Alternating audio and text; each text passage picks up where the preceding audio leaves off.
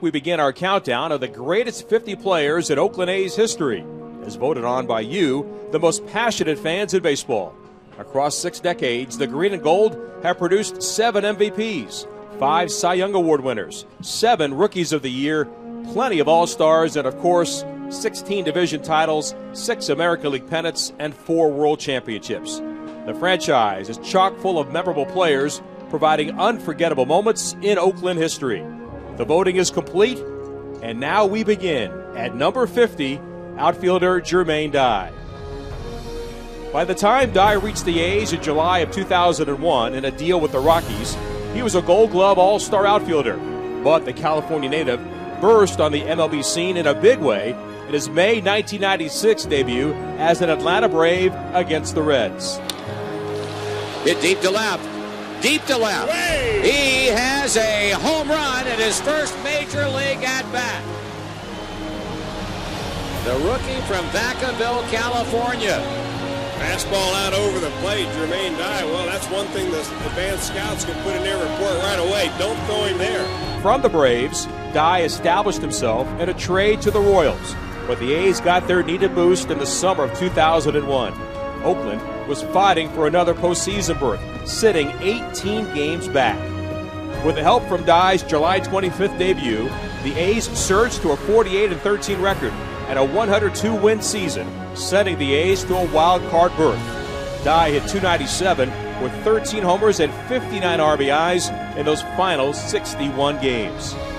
In that ALDS versus New York, the series moved to Game 4 with the A's leading 2-1 and Dye at the plate when fate took an ugly turn. Dye 3 of 12 at the plate in the series.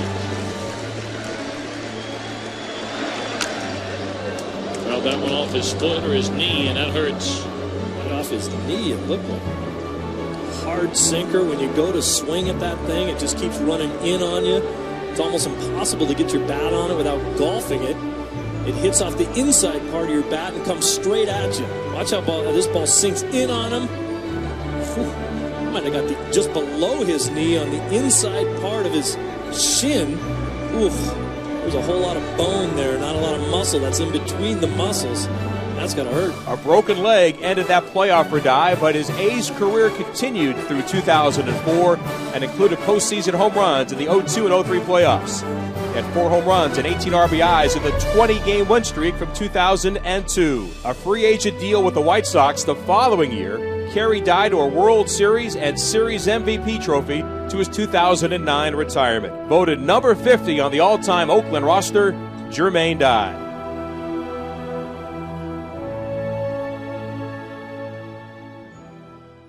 His time spent in the Green and Gold spanned only 2 seasons and 192 games. And yet, the impact he provided in that short time propelled his name into the top 50 greatest Oakland A's.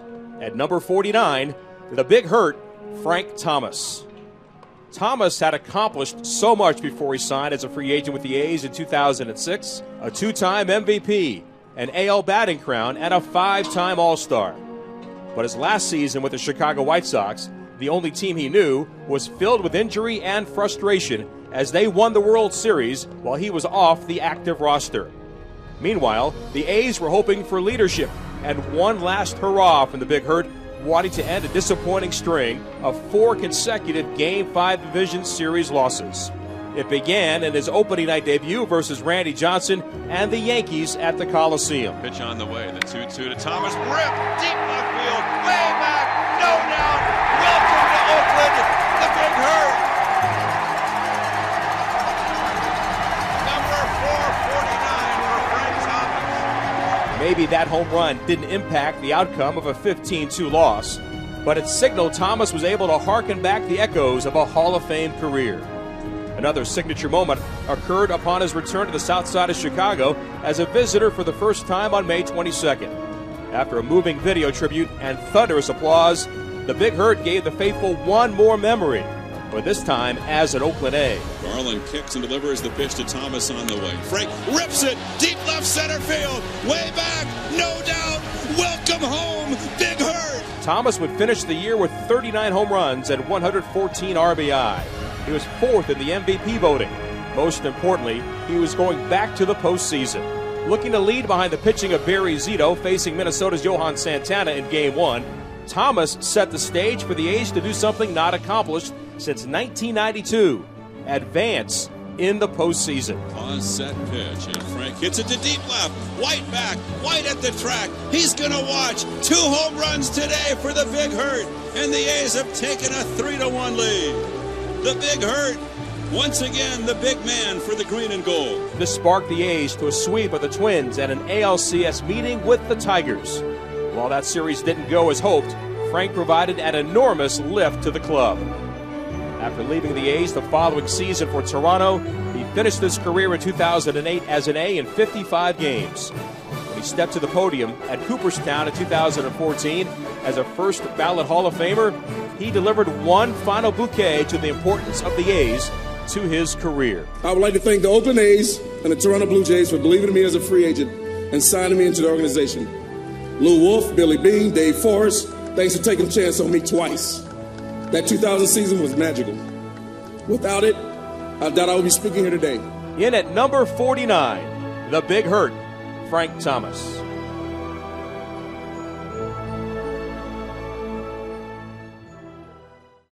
And Suzuki, it's a line drive to left center field. Crawford back, he's not going to get it. That's going to go to the wall. Around third to score is Cuss. Nomar goes to third. They're waving him. The ball gets loose in short left field. Nomar scores on a double to left center by Suzuki. And that quickly the A's have taken the lead. It's 3-1 Athletics. As the top 50 Oakland A's countdown continues, in at number 48, catcher CURT Suzuki. Suzuki brought quite a resume to the A's when he was a second-round pick in June of 2004 out of Cal State Fullerton. He was the recipient of the coveted Johnny Bench Award as the nation's top collegiate catcher, and he led the Titans to the College World Series championship that year with a win over Texas. Suzuki was called for his Major League debut on June 9, 2007. 5 weeks later, veteran catcher Jason Kendall was dealt to the Cubs, and at age 23, CURT Suzuki became the A's starter. Suzuki isn't built as the prototypical catcher, but he was extremely agile and durable. In 2008, he caught 141 games, the most in the American League, and in 2010 led the AL with a 3.47 catcher's ERA, showing the acumen as a skilled and trusted leader of the pitching staff. Suzuki had the flair for the dramatic and the walk-off base hit, something he accomplished an amazing 8 times with the A's. The lefty sets and fires a swing and a long fly, deep left center field, way back toward the seats, game over. 3-run homer, CURT Suzuki. Second game in a row that the A's rookie catcher has hit one out to win it for Oakland. The mob scene is on at home plate, and the A's have swept the White Sox. 3-2 is driven to left field. Bradley is back. He's at the track, setting up at the wall, and he can't hold on to it. It rolls away from him. Kuzmanov's around third. They're going to try to score him. The throw is off one, and the A's have won the game. The A's have won it in the bottom of the ninth by the score of 6-5. And they're mobbing Kuzmanov, and now they're mobbing CURT Suzuki. There was much more to Suzuki in a 7-year Oakland career, building that bond between him and the community. In 2009, he was the A's nominee for the Roberto Clemente Award for his efforts to raise funds for former college teammate John Wilhite, who was severely injured by a drunk driver in the same vehicle that cost the life of 3, including Angels pitcher Nick Adenhart, on April 8, 2009. His charitable work raised tens of thousands of dollars to assist Wilhite in his recovery. CURT's best offensive season was 2009, hitting .274 with 15 homers and 88 RBIs. He had the distinction on April 22nd of 2010, hitting a 3-run homer off CC Sabathia and grounding into a triple play in the same game. A 5-time opening day starter for Oakland, second only to Terry Steinbach's 9 in the East Bay, and he was the last man to wear the number 24 for Oakland retired it in honor of Rickey Henderson. The pride of Wailuku, Hawaii, number 48 on the list, CURT Suzuki.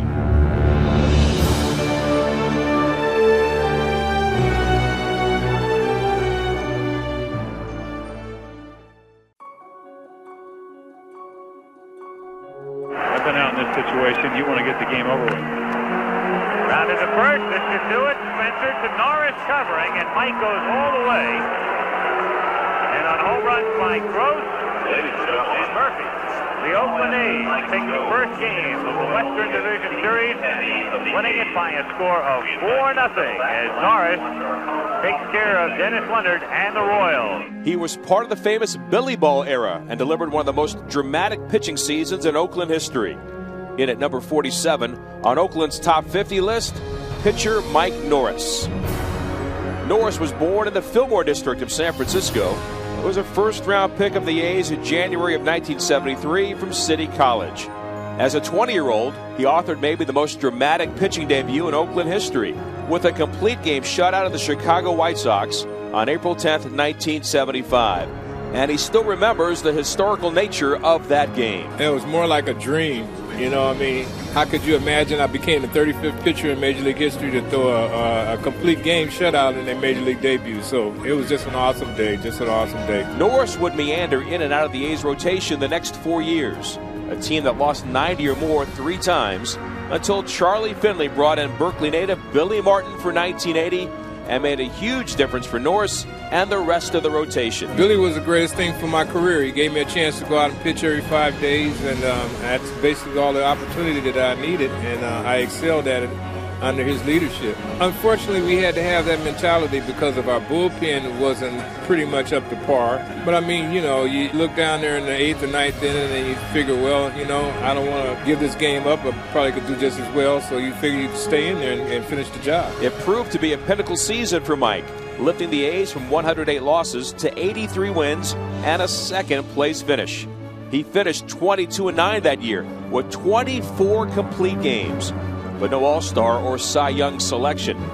The strike-shortened 81 campaign began with 6 consecutive wins for Norris, and after play resumed in August, it was back to the postseason, which Mike finally felt gave him the feeling of belonging. That meant a lot to me as far as I proved to myself that I was a qualified big league pitcher. And I threw a complete game shutout in the first playoff game against the Kansas City Royals. And then I lost the next one to the Yankees for the American League Championship, but I only lost 3-1, so I was in that ball game all the way. Norris pitched 2 more years for Oakland, but a tired arm and a very public addiction to cocaine pushed him out of baseball for years until one final win in relief for the A's in 1990. He is the only pitcher in A's history to win in 3 different decades, 84 victories in all. In at number 47, pitcher Mike Norris.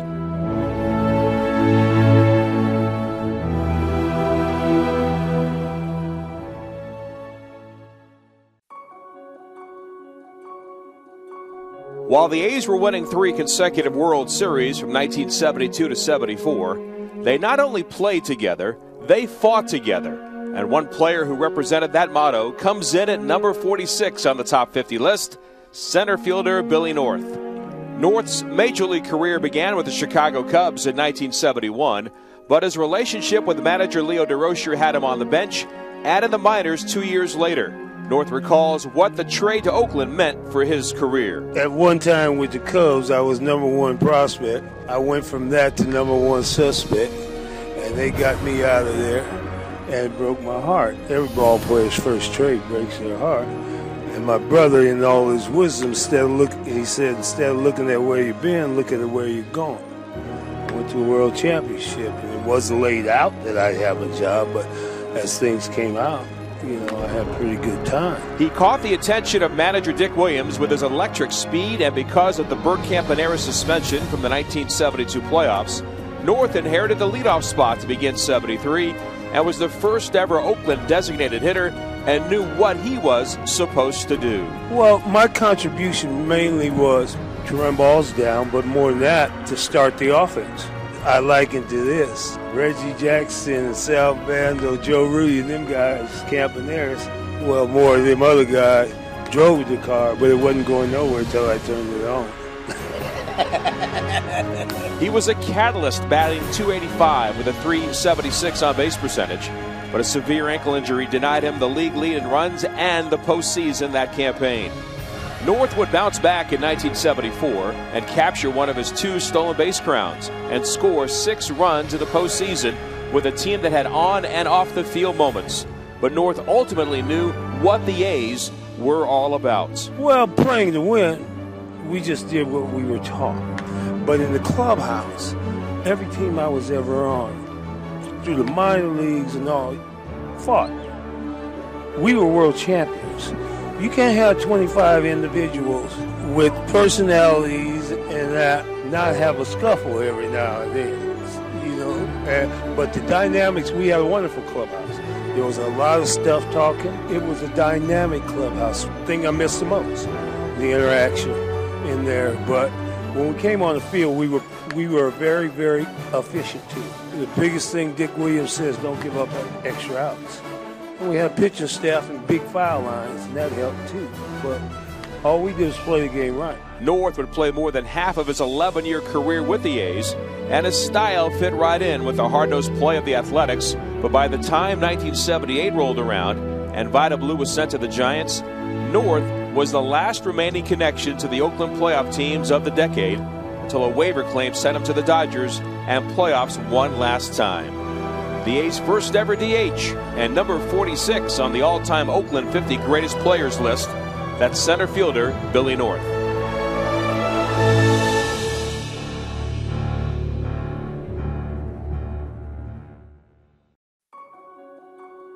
With decades of baseball for A's fans to select their all-time top 50, the path to joining the group has many routes. There's pure performance, major achievements, indelible moments, undeniable numbers, and team success. As for number 45 on the list, unbridled passion and excitement represented Eric Byrnes. High foul down the left side. Byrnes comes racing over into foul ground through the bullpen, dives, lays out, and makes a fabulous, sensational, unbelievable catch. Holy Toledo! He was airborne for it seemed like forever, and then bounced hard on the turf between the mound and the plates in the left field bullpen. And now jogging after putting himself back together. Here's the fans give him a standing O. Byrnes signed with the A's in 1998 and 2 years later made his major league debut and instantly connected with the fans. I don't care how I look. I'm going to go out there and just be me. And I'm going to play the game the only way I know how, and I never changed. The one thing I'm just super proud of my career, it had a lot of ups and downs, a lot, obviously, highs, lows, and I'll tell you this, the one thing and the only thing that I care about is that every single day I stepped out there, I could look myself in the mirror when I came off that field at night and said I did everything I could do to be successful. It was Byrnes who was pitch hit for by Scott Hatterberg, who delivered one of the most famous moments in baseball history, extending the winning streak to 20 games for Oakland in September of 2002. However, the following year, Eric would get the spotlight for himself. As a kid who went to high school in Mountain View, it's easy to point to the Byrnes' best individual achievement. It came on June 29, 2003, against the Giants. Playing in front of family and friends, Byrnes had a single, a double, and a home run, and then... And a swing and a fly ball to center. Valderrama coming on. He has to play it for the hop. It bounces by him. He's going to chase it down. Byrnes around second base. Byrnes on the way to third. Byrnes triple cycle. Holy Toledo. Is there anything that doesn't happen to this young man? Unbelievable. And listen to the crowd. Standing ovation from everybody. Giants and A's fans. What a day. Hatterberg stays out of the batter's box, letting the ovation continue. The fifth A's man wearing the Oakland uniform to hit for the cycle. Byrnes would collect 6 hits in the ALDS versus Boston that year, but the A's fell short of advancing. He would play 2 more seasons in Oakland before 2005 trade to Colorado and concluding his career with Seattle in 2010, all the while playing with that all-out style that began in the Coliseum. Number 45 on the top 50 list, outfielder Eric Byrnes.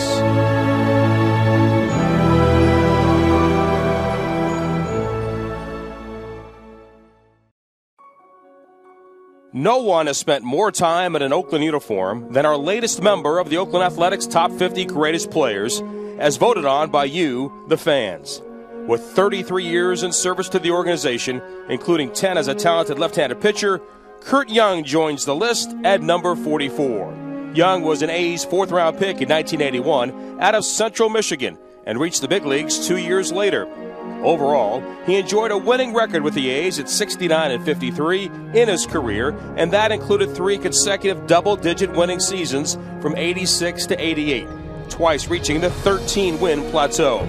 Curt looks at the list of the greatest pitchers in Oakland's past and gives his reaction to joining that impressive list. Yeah, you open up that envelope and you're not quite sure what it was about, and then you see you were voted on that list, and just quite an honor. And you know, it gets you thinking about all the years that when you started and when you finished, and all the good memories that happened in between. Curt collected only 3 innings of postseason work for the A's, coming in 1988 and again in 1990. While maybe not a prime performer in those postseasons, Curt has fond memories of those special times. It was just a feel of family, and the owners then, the Haas family, were spectacular to all of us, and Tony ran a great ship and had us all in line. And the year of '88, with the team that we had, you felt like this is a team that's supposed to win, and we did. And, you know, not winning the World Series, finishing against the Dodgers in '88,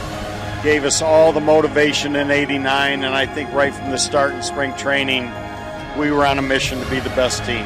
His brightest individual moment came on October 5th, 1986 versus the Kansas City Royals, a game that Curt still remembers well. Well, last game of the year for both teams, and no hits, no runs, no errors for 6 2/3 innings, and you know, it was a game I'll never forget. And to end the year that way, it made you feel pretty good going into the offseason. Young also received an opening day start, April 7th, 1987 versus Bert Blyleven and the Minnesota Twins. Despite 7 strong innings and 10 strikeouts, Young had a no decision in a 5-4 loss. He added another one-hitter June 9th of that year with a Kenny Williams White Sox home run in the 8th inning, spoiling an otherwise stellar night in an 8-3 win. 33 years in the system as a player and coach means Curt understood the history of the Oakland A's. Such a tradition there, pitching-wise, and you want to carry it over. And really, what makes an organization proud is bringing guys up from within the organization, and that's exactly what you did with a Joe Blanton and a Rich Harden after the Mulder, Hudson, Zito era. But anytime a player can come from within your organization, whether it's a position player, a pitcher, a starting pitcher, a relief pitcher, it really is satisfaction for everybody that's involved. Number 44 on our top 50 list, pitcher and coach Curt Young.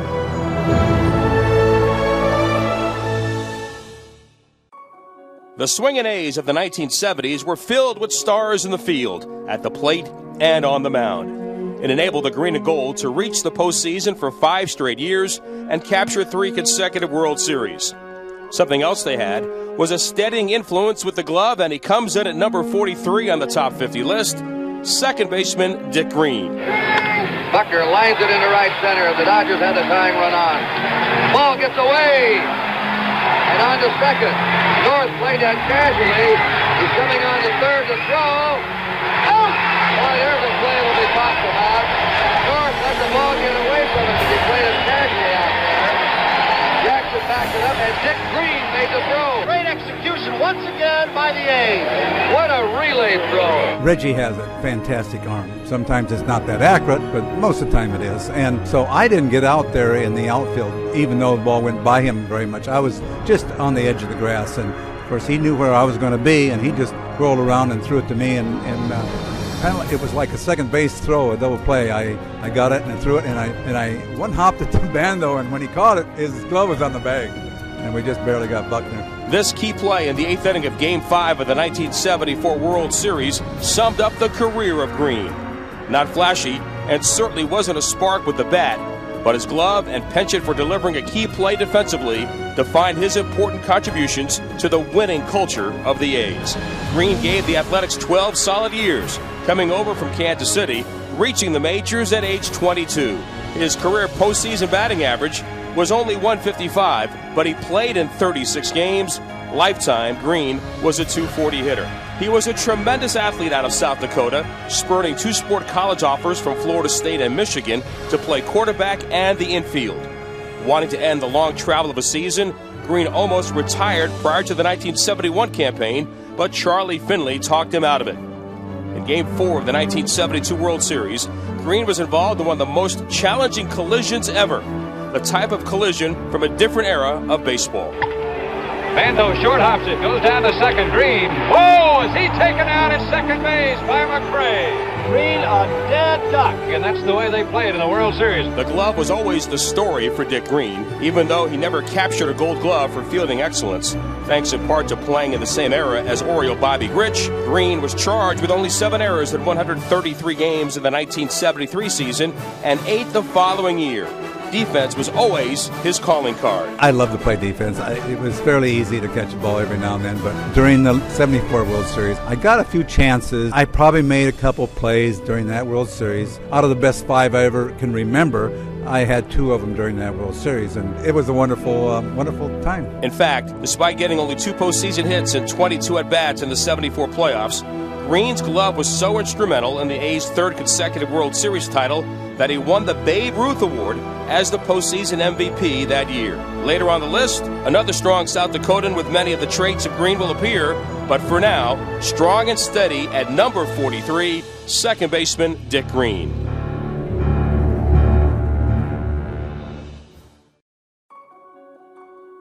Mendez back in deals, and Chris hits a deep drive to left center field. That's headed for the A's bullpen and over the bullpen. And what a way to cap the season for Chris Davis. A career-high 43rd home run. A tremendous shot to left center field, and the A's take a 5-0 lead. Number 43 for Chris Davis. 85 home runs over the last 2 years. He came to the A's organization in a pre-spring training deal in February of 2016 from Milwaukee. And since that moment, this outfielder has delighted fans and impressed his peers with unmatched power. After only 2 seasons with Oakland, hit at number 42 on the top 50 list is Chris Davis. Swinging the drive to right center. Back is Chew. He'll take a look. Out it goes. Over the bullpen and into the seats for Chris Davis. Davis began his A's career quietly, not hitting a home run until his 14th game. But 3 weeks later, the foundation was set as Davis began his journey to become one of the most prodigious power hitters in Oakland history on May 17, 2016. And swung and hit to left field deep, way back. Ruin turning around. He will watch a game-winning grand slam for Chris Davis in the bottom of the 9th inning.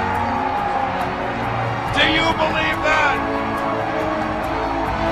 A's 8, Texas 5. And it's Davis's 3rd home run tonight. They're going wild at the Coliseum. That's something I'm going to remember for a while, and I'm just happy I could come through for the team. It was a big situation, and I just tried to stay calm and put a good swing on it. I was sitting fastball. He just kept pounding me, and finally I just didn't miss it. I fouled one straight back, and I knew I was on him pretty good, so I just stayed within myself. The soft-spoken Davis would explode through the 16th season to tally 42 long balls and drive in 102 runs. He became the 5th player in Oakland history to connect for 40 home runs, joining the likes of Mark McGwire, Reggie Jackson, Jose Canseco, and Jason Giambi. Out to prove that 2016 was no fluke, Davis wasted no time kicking off the 2017 campaign against the Angels. Opening night proved that Chris was ready to repeat the power. Maldonado sets up away. The pitch is swung on a fly ball, left center field, going back on it. Maven turning and watching, and Chris Davis has hit 2 home runs on opening night. And the A's take a 4-2 lead. By the time the season ended, Davis was the 1st player in Oakland history and only the 2nd in the entire history of the A's to connect for 40 home runs in back-to-back seasons, joining the immortal Jimmy Fox. Chris hit 43 home runs and drove in 110, finishing in the top 3 in both categories for the American League, firmly establishing himself as one of the game's premier sluggers. In at number 42 on the A's top 50 list is outfielder Chris Davis.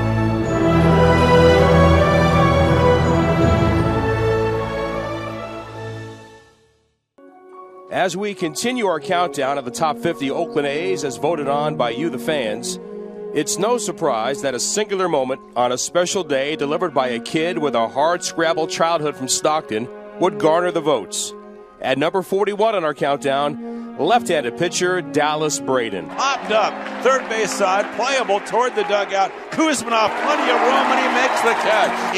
18 up and 18 down for the A's lefty from Stockton. The fact that Braden, all 5'9" and 140 pounds of him, even got drafted out of Stagg High School in Stockton, spoke to his belief in himself and promise he made to his mom, Jody, about finishing school even after her passing. Instead of signing, Braden would go on to American River College and eventually Texas Tech before the Athletics drafted him in the 24th round of the 2004 draft. He made his big league debut on April 24, 2007 at Camden Yards and beat the Orioles 4-2, his only win that season, one of 26 in his career. Up until his date with Destiny, Braden's career was defined more for screaming at Alex Rodriguez to get off his mound than anything else. But just 17 days later, May 9th, Mother's Day 2010 versus Tampa Bay, when the baseball gods reached down and touched Braden's left arm. But Dallas explains it wasn't a day to look forward to. Having experienced what I experienced losing my mom at an early age in high school, it's never been a good day for me, never been one to be celebrated. I was running late. I'm never late, especially not for a start. As the outs were rolling by, anticipation grew, and the possibility of history being made at the Coliseum. Popped up, third base side, playable toward the dugout. Kuzmanov, plenty of room, and he makes the catch. A great battle won by Dallas Braden. Looped into right field, an easy chance. Here comes Sweeney, and he will squeeze it 21 in a row. Sat down by Dallas Braden. Popped up foul, third base side. Kuzmanov toward the dugout, racing. He's on the track. He's there. He makes the catch. It goes into the dugout and holds on to the ball. And listen to the coos. Finally, a 4-0 lead into the top of the ninth inning gave Braden a chance even he had trouble believing. What the heck does a mound look like at the big league level in the ninth inning? I had never seen the mound at a big league game in the ninth inning. I was going for my first complete game, so obviously everything surrounding me was taking hold, but I was ultimately thinking, don't screw this up and let's go ahead and try to finish a ball game for the first time in your big league career. Let's get that done. And lastly, Gabe Kapler stood in the way of the 19th perfect game in baseball history. Braden turns, he throws, and it's swung on a ground ball to short. Taken there, Pennington's got it. He throws a perfect game. Dallas Braden has thrown a perfect game. The kid from Stockton has done it for the A's. As the celebration began on the field, Peggy Lindsay, Braden's grandmother, found Dallas to enjoy the moment, one that stamped him forever on the Oakland Top 50 list. At number 41, Dallas Braden.